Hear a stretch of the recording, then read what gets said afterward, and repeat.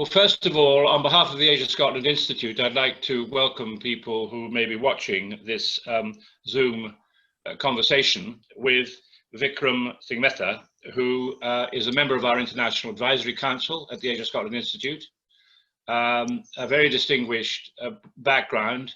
He was the chair of Shell, or CEO of Shell India, and is now the chairman of the Brookings Institute for India as well. And is very well qualified to share with us his thoughts on what is going on in India. We're also joined by Stewart Langdon of Leapfrog Investments, major investors in India, who is a member of the Asia Scotland Institute board. And to start us off, I wonder, Vikram, if you could give us a feel for the current situation in India under the COVID-19 pandemic. Thank you, Roddy. It's a pleasure to be back with you virtually. We should perhaps look at the situation in India through a four-part lens. The first part would be our response to the health crisis. The second would be the measures that we are taking to exit from the lockdown that we are currently facing, and then the third would be the measures that we are taking to recover from the lockdown, and finally discussion on, let's say, the new normal, the post-COVID new normal. I'm going to be brief because I don't want, one could go on talking about the COVID crisis. And I know we have a lot of other questions. So I'm going to just address each of these sort of phases briefly, but I'd be happy to answer questions.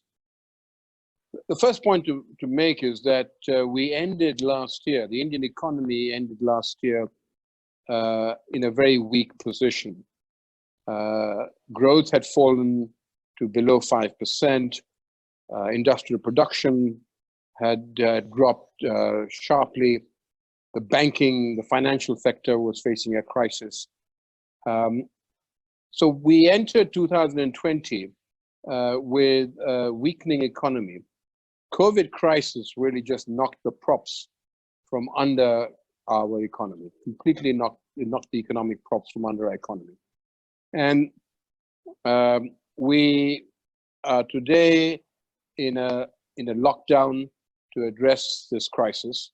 The lockdown has had some very immediate and severe ramifications. 120 million people or thereabouts are without jobs.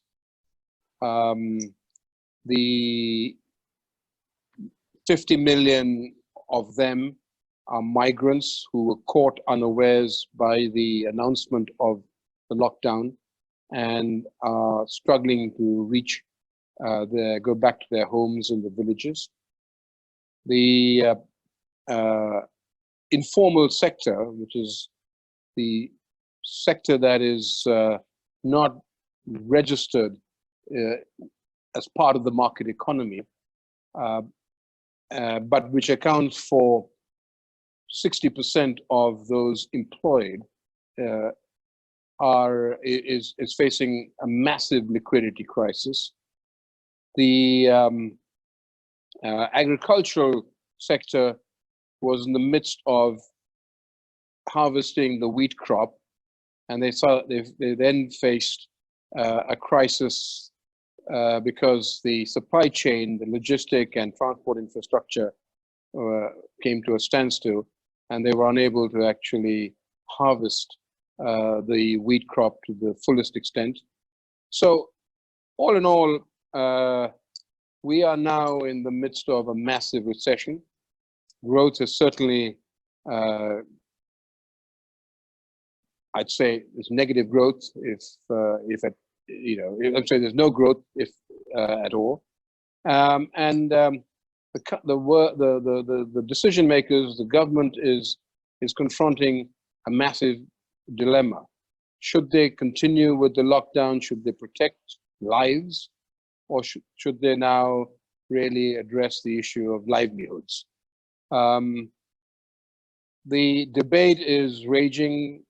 There are two sides to this issue. There are many people who believe that we have not yet addressed the pandemic crisis fully, that it's going to peak, that there's going to be another wave of infections in the next few weeks, and that we should persist with the lockdown.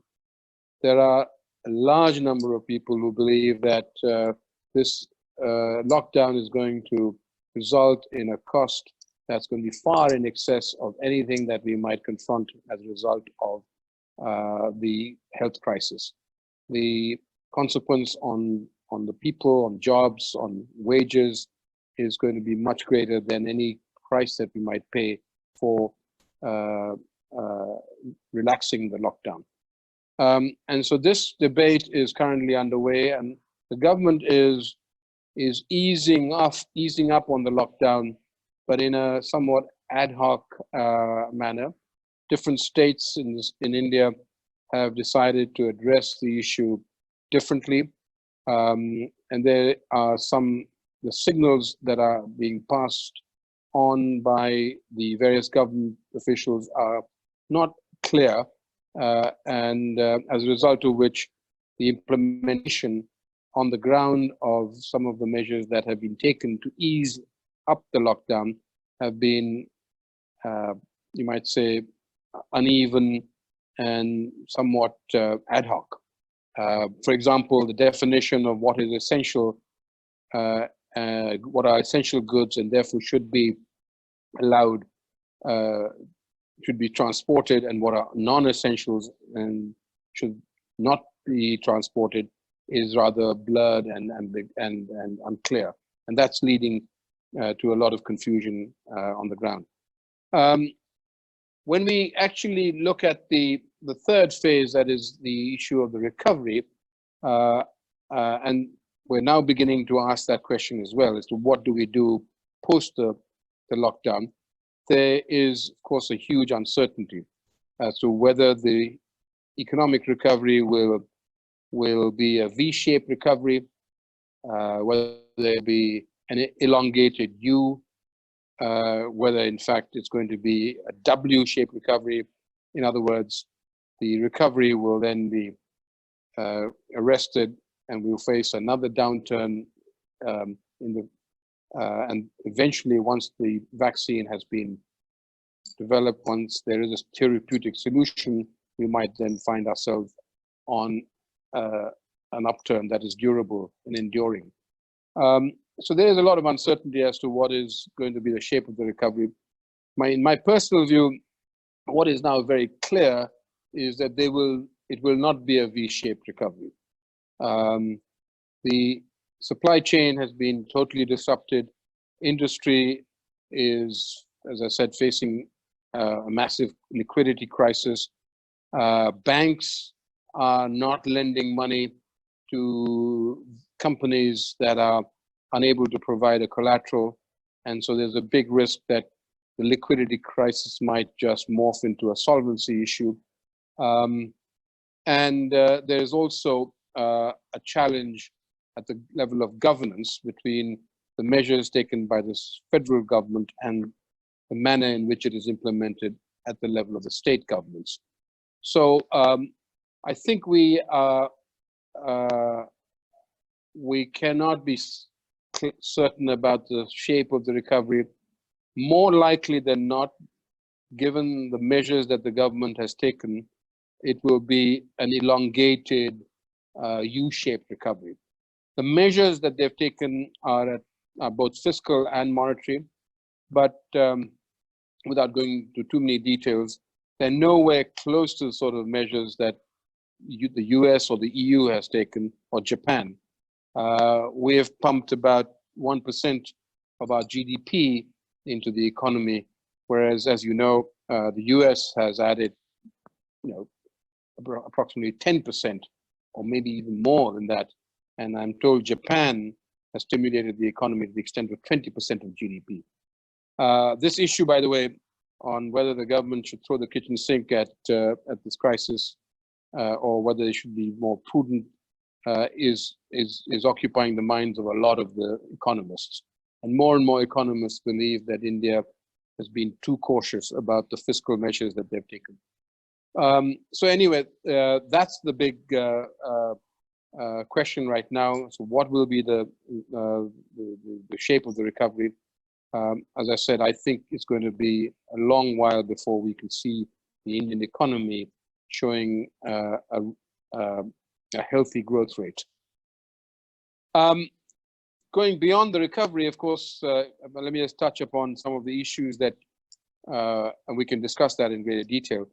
Some of the issues that academics and political commentators and think tanks like mine are talking about is what will be the new normal? What are the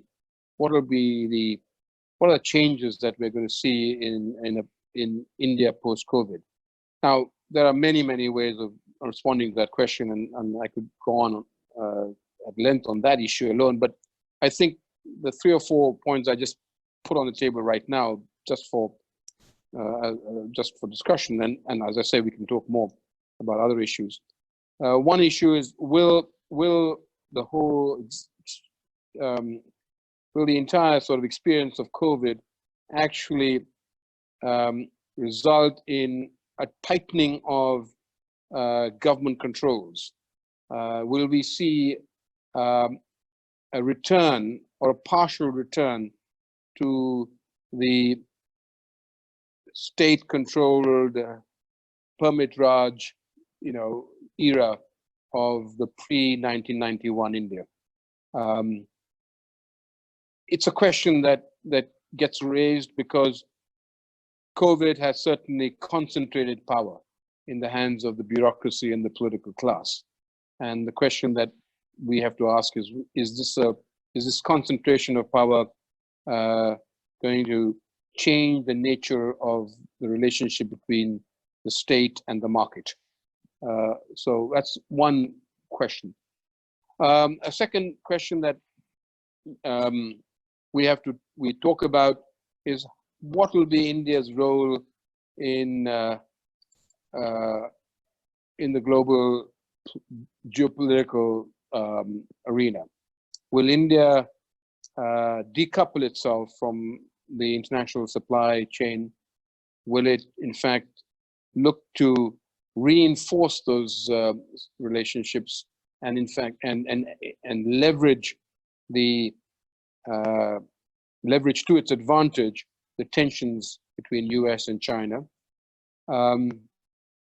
Will it look to anchor a geopolitical coalition that might stretch from Saudi Arabia all the way through to, say, Australia and including Japan to counter the muscular foreign policy of China? What will be its attitude towards multilateral agencies like the WTO and the WHO? So those are questions that are also being asked. And in that context, of course, there are two specific concerns that do worry the decision makers more than perhaps the other concerns.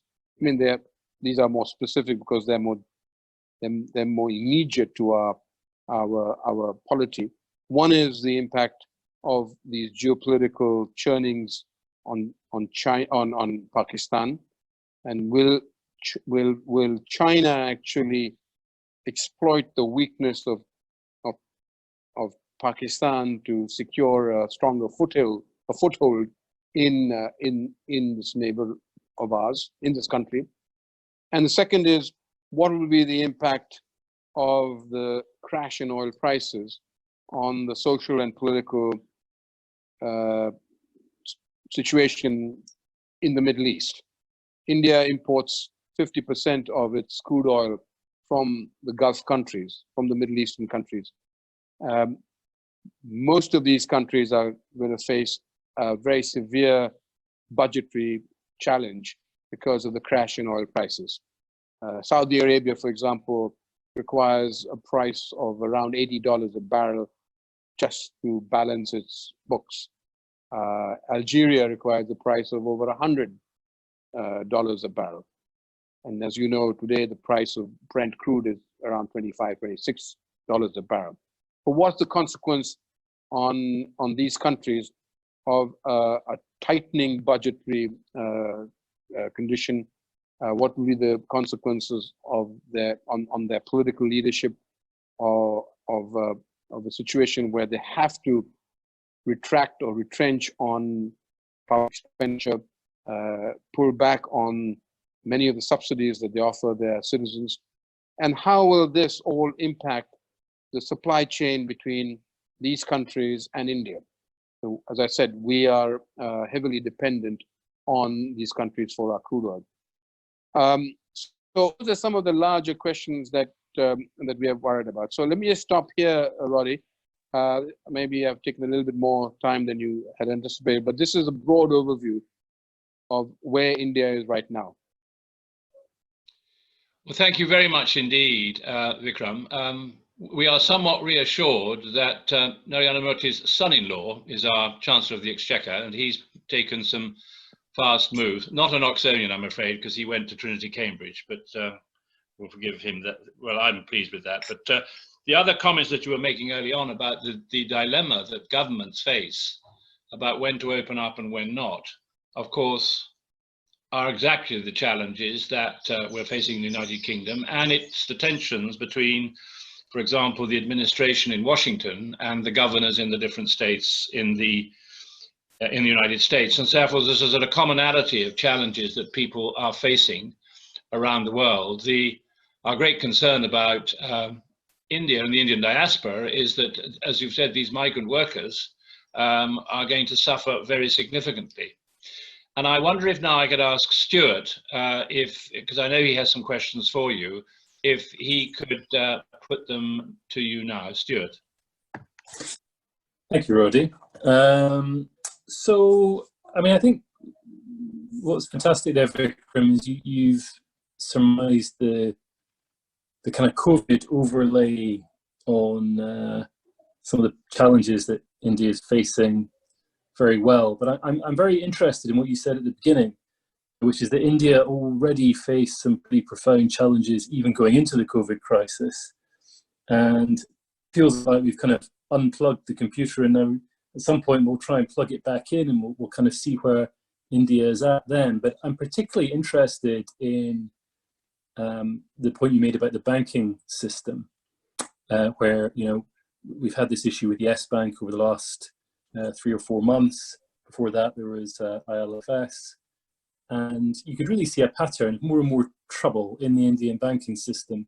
And I'm just wondering what your take is on how that will play out post-COVID. Do you think there's a lot more trouble to come from that area, or you think a lot of the problems have been cleaned up, or somewhere in the middle? Because, you know, that alone, whatever happens with the crisis, that alone could portend real trouble, I think, for India going forward. That's a challenging question. I personally believe that the government has not yet cleaned up the banking system. I personally believe that the banks remain undercapitalized. Let me be personal. I don't want to put my money into many of the banks that are currently trading on the stock market. The issue is structural. It requires the government not simply to recapitalize these banks, but it also, I think, requires the authorities to review the ownership structure in these banks. And this has not been done. Mm-hmm. The non-banking financial system is also facing a crisis because they have exposures to industry and to the informal sector that are not backed by solid collateral. So ILFS, of course, was the entity that brought into sharp relief the challenge that we face in that sector. But I think that there are many other non-banking financial institutions that are currently facing a similar capital crisis. So that's my opening remark. I think this flows into my concerns about the recovery. Today, the banks are flush with liquidity, but they're not lending. And they're not lending because they fear the consequence of lending to entities that do not have a creditworthy rank. So they're prepared to lend to a AAA rated entity like Mahindra & Mahindra or Larsen & Toubro, but they will not lend to the medium and small scale industry, or they will not lend to any company that doesn't have the appropriate credit rating. The consequence of that, of course, is that many of the companies that actually face a liquidity crisis today are going to be pushed into an insolvency crisis. Credit is simply not flowing through the system. And I can't blame the banks. The banks have had too much, they've got a very poor balance sheet. They have too many NPAs to worry about. And to compel them to now lend without solid collateral is perhaps asking them to go one step too far. The government may have to guarantee those loans if they wish the credit, if they wish the liquidity to actually crisis to be settled. And the government hasn't come out with a package that allows for that kind of a flow. So, so going back to the pre-COVID, so I just wanted to summarize and say, yeah, the banking sector faced a balance sheet issue, was not resolved, it has not been cleaned up. Today, COVID compounds that issue, and as a result of that, much of the recovery is going to be delayed because we simply are not addressing the challenge of liquidity. Very, very useful. So let me ask you a related question, which is that, you know, when you and I last met in Edinburgh after Narendra Modi was elected, I think many of us were inclined to give Modi the benefit of the doubt, despite some of the concerns many people had about him, on the basis that he would be perhaps the kind of reforming pro-business leader that India needed in order to make the changes that have long been talked about to, you know, land regulations, labour markets, you know, capital rules, etc., etc. A lot of that has not really materialised in the way that many foreign investors might have hoped. So, where do you think India is at now politically? Do you think COVID has strengthened Modi's position, weakened it? Is Modi someone we can still look to as somebody who might provide some of these reforms? And you know, what do you think is the outlook economically post-COVID? Will India ever return to being a really high-growth economy in the way it was just a few years ago?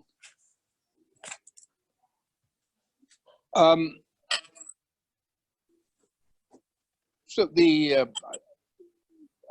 I actually believe that the process of reform will be accelerated as a result of COVID. I've always held the view that the challenge of implementing so-called second-generation reforms, which is, you know, labor market reform, the land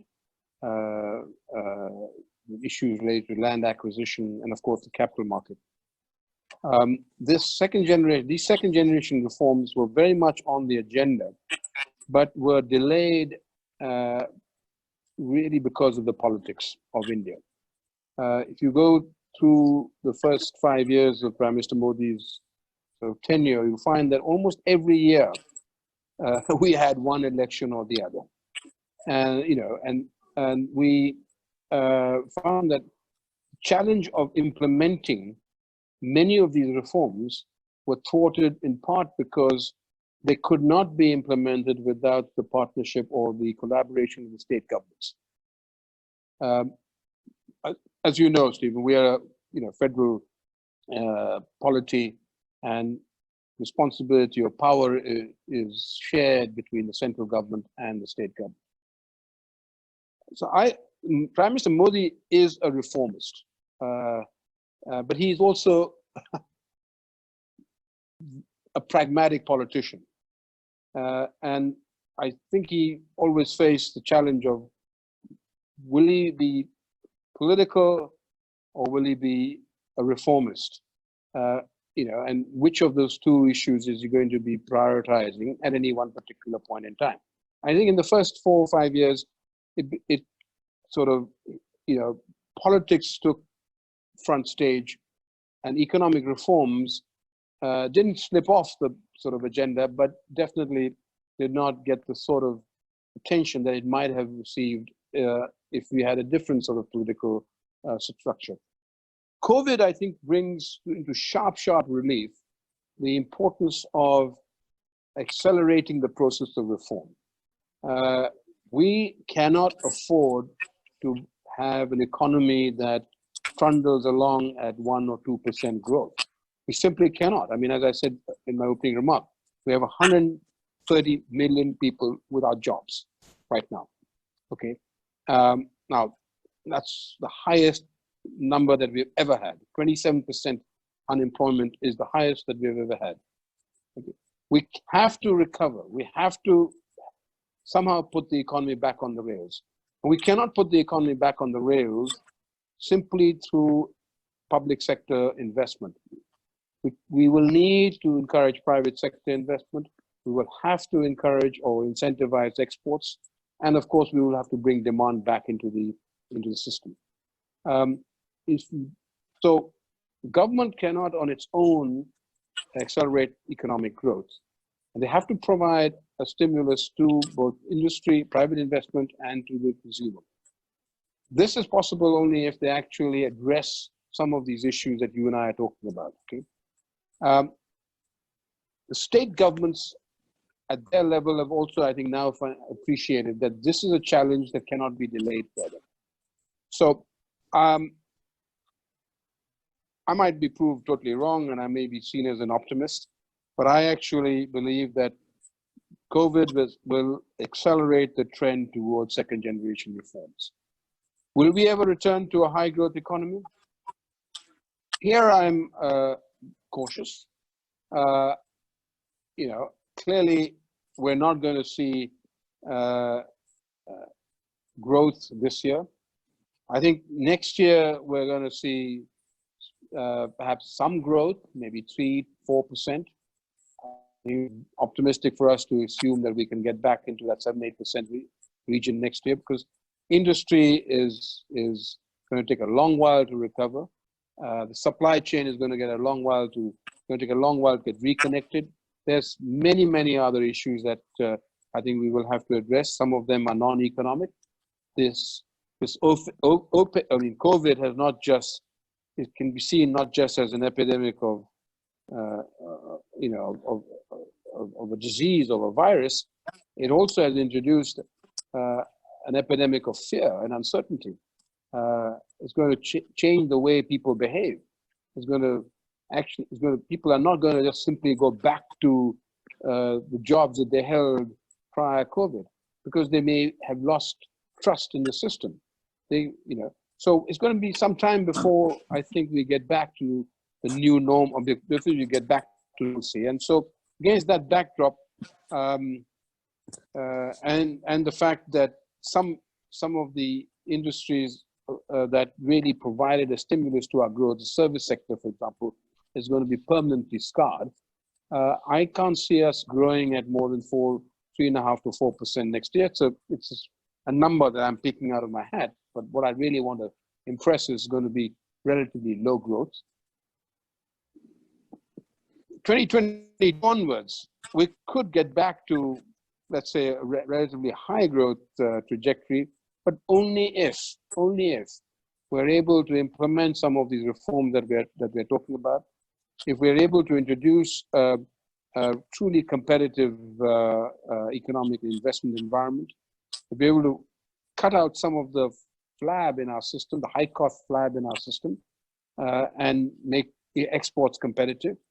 If we are able to actually attract some of the companies that are looking to move out of China and create a different production center and establish those companies, and if we are able to attract them to India, if we get those sort of, and if agriculture is some of the distortions in our agricultural sector, the pricing mechanism, the trading structure, if all those are addressed, I do think that we could get back to a 7% plus growth figure.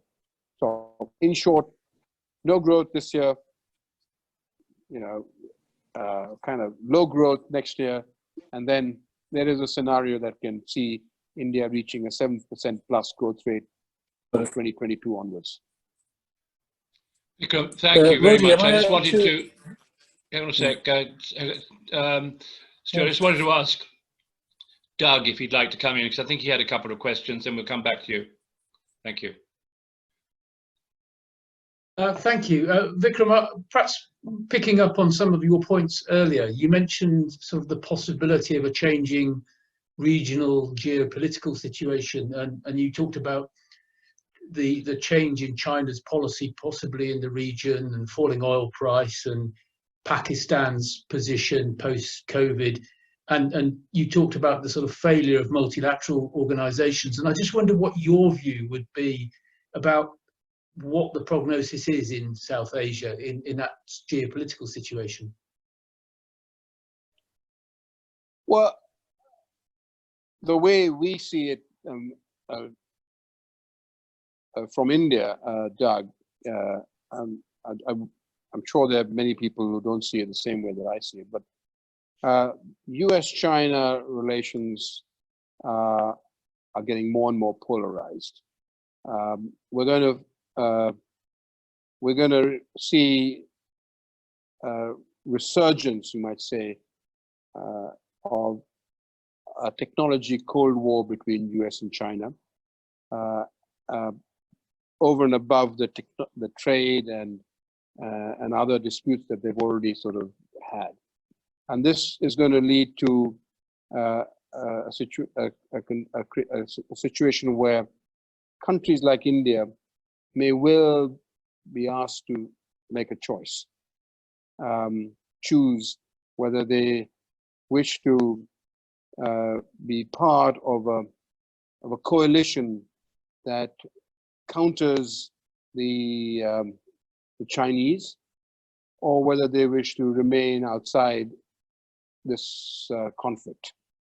I can see India actually staying outside, and not getting itself aligned with the US. They have a solid relationship with the US, but I can't see India actually anchoring a coalition of countries in the Indo-Pacific region that might act as a countervailing force to China. But what does worry, I think, people is that the US-China issue is going to actually become the dominant issue in the presidential elections in America. Or rather, let me put it this way, China is going to become a dominant issue. It's going to be the centerpiece of the presidential elections in the US. The reason is that the US economy is now in trouble, and that actually removes the one positive that Trump could have fallen back on to make his case with the electorate. He's picking up on China, and he's bashing China and using that as a way of attacking Biden. That process, that whole, the presidential elections and the intensification of tension between US and China is going to play out also, or have a fallout in countries. We're going to, as I said, come under some pressure from US authorities to choose and to come out in support of, let's say, American position, which would be, in a sense, tantamount to an anti-China position. I don't think we're going to do it. I think that's the sort of pressures I could see us facing. Pakistan is a big concern for us. Pakistan is an economy in free fall. The Prime Minister of Pakistan seems to have lost control over the country, and the military seems to be back in charge. And that is a concern for us, especially if China becomes, the dominant external power in Pakistan. Just last week, there was another terrorist sort of attack in Kashmir, and led to 5 of our soldiers, were killed. And that sort of incident could well trigger a border conflict. Again, that's a big concern for us. I think the geopolitics of the rest of it, the multilateral institutions, I'm not sure that we have vested so much in those institutions anymore. We don't have that much faith in any of those institutions. We pulled out of the free trade discussions with RCEP, the regional discussions on the free trade agreement in Southeast Asia. We've just received a loan from the Asian Infrastructure Investment Company, Asian Infrastructure Institute in China. I can't remember the full name, for $500 million, which is a China-based isn't it? It's the AIIB. Yeah, AIIB. Yeah, exactly. Yeah, that's right. So we're kind of opportunistic here now, okay, as far as the multilaterals are concerned. Great, thank you very much. I'm watching the time now. We've taken up quite a lot of your time, Vikram, for which we're very grateful. And I think we ought to sort of move to some sort of a conclusion, if that's okay. Stewart, did you have anything else that you wanted to raise with Vikram? Again, even before COVID, the other thing in India that I think many people were concerned about was the situation regarding the Muslim population and kind of civil liberties crisis. Used the expression epidemic of fear earlier on, which I think could equally be ascribed to that side of India's society.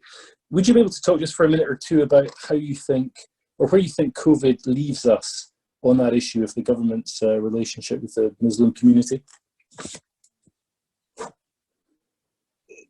This is a big question, actually. It shouldn't be answered, in just 1 or 2 sentences. There is no doubt that today the rhetoric, the narrative has been a polarizing narrative, okay? And it's a cause for concern across across classes and I think regions and languages. It's a concern because most people, the majority of people know that India cannot survive as a national entity if 120 million people feel disenfranchised. Okay, so this narrative is a concern.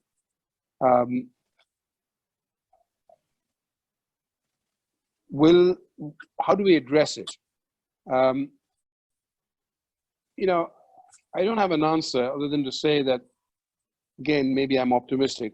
I cannot accept that our political leadership actually intends for India to be converted into one religion nation state with all other religions treated as peripheral or subordinate citizens. The narrative that we hear, or that the rhetoric is one that plays well to the political, to the electorate. It's winning elections. It's pragmatic politics. But does it really mean that the Muslims of India are going to be disenfranchised, that they are going to be treated as second-class citizens? I pray not. I mean, I hope not, and I pray not. And not just because, I believe that would be wrong. I believe that it would tear at the very fabric of Indian society, and it will not be sustainable. But there's a lot more that one could say about that. If I was a businessman, let me just end with that comment. If I was a businessman, I would be, of course, concerned about this issue, but I would look at it through a different prism. I would consider this as, as a problem that has arisen because of the nature of our democratic polity. In an ironic sort of way, it reflects the strength of our democracy. But in a separate way, it also reflects the fact that the people are not going to allow, the public, and that means the Hindus, the Muslims, will not allow leaders, the leadership, to actually drive a wedge between communities, and thereby, literally split the fabric of Indian society.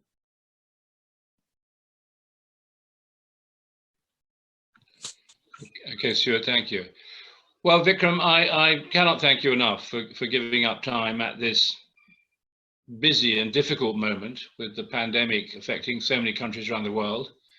I think that we follow closely what Brookings has to say and the number of experts that are there, and that is excellent. And we're also linked closely with the thinking that's coming up from McKinsey. We actually had Kevin Sneeder, the global head of McKinsey, speaking not so long about the McKinsey view of what's going on in the world. But the thinking from Brookings is highly regarded. I hope that maybe we'll get a view from Lord John Browne at some point about some of the aspects of the energy issue. But it has been very interesting that as long ago as 2014, Lord Jim O'Neill, who you will know of, who chairs Chatham House now, he was commissioned by David Cameron to look at antimicrobial research and preparations for potential pandemic. He reported in 2016. We've heard Bill Gates talking about the great threat of a pandemic, and yet most governments, with a few exceptions, were very ill prepared for this. And I think what you had to say about people's faith and confidence in politicians and administrations was very, very apposite and thoughtful. So it's the sort of fear of the unknown in here in Scotland and in the UK, not really understanding when the government proposed is to allow people to return to normal business. That creates a great deal of uncertainty. And for any business person, forward planning, which is so critical, is almost impossible at the moment. So we're enormously grateful to you. I'd like to thank Stewart Langdon for having participated, and to you for the time that you've spent sharing your very, very interesting thoughts with us. And I hope that you stay well and stay safe. Thank you very much. Thank you very much, Roddy. Thank you, Doug. Thank you, Stephen. It was a pleasure. Thank you, Vikram.